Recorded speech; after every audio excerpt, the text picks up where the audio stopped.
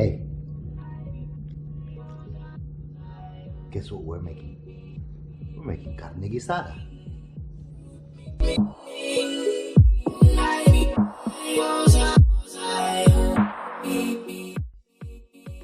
What's going on, everybody, and welcome back to the channel. Happy Cinco de Mayo, and in honor of Cinco de Mayo, I felt like we should post a carne guisada recipe video today. So I've been to so many Mexican restaurants here in Southern California, and quite frankly, nobody seems to know what carne guisada is, but it is a staple in South Texas Mexican food.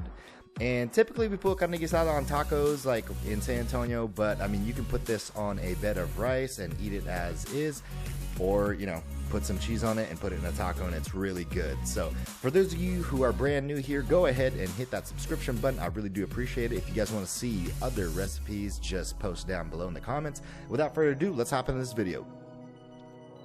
Now, I do have all the ingredients posted down in the description, but to quickly go over them, we are going to be using salt, garlic powder, ground cumin, 1 small can, 8 ounces of no salt added tomato sauce, 1 cup of water, 1 beef bouillon cube, 1 cup chopped yellow onion, and a chuck pot roast cut of beef.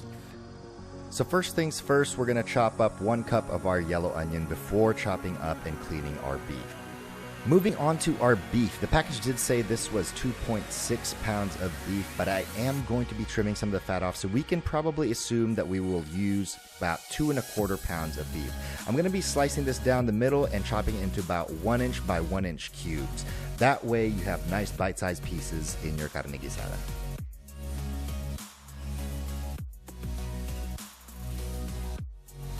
Add your beef cubes to about 2 tablespoons of flour and just give them a light toss in them. You really just want to dust them a little bit.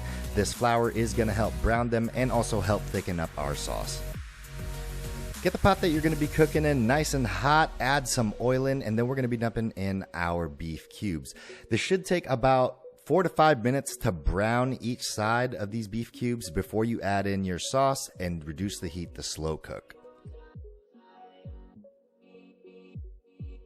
Now that our beef is nice and brown, we can begin adding our ingredients for our sauce. So go ahead and add that small can of tomato sauce in, fill that can up with some water and add the water to the mixture. Crumble up your beef bouillon so that it disintegrates fairly quickly into the sauce. Right here I'm adding roughly 3/4 tablespoons of ground cumin, 3/4 tablespoon of garlic powder, and I'm adding salt and pepper. Now you can add as much salt or as little salt as you want. It's really all up to your personal preference. Finally, we're going to be adding in our 1 cup chopped yellow onion. Give everything a stir and bring the mixture up to a nice rolling boil before you reduce the heat to low and cover it. We're looking at a total cook time here of 4 hours. We're going to cook it covered for about 3, and that last hour we're going to remove the cover and allow some of the fluid to evaporate. Now, every hour give this a good mix. So as you can see right here, we have ended up with a nice tomato-based gravy with our very tender beef cubes. For those of you interested in the macros for this dish, this recipe is going to provide 8 servings with 372 calories per serving, 27.9 grams of fat, 5.5 grams of carbs, and roughly 22.9 grams of protein.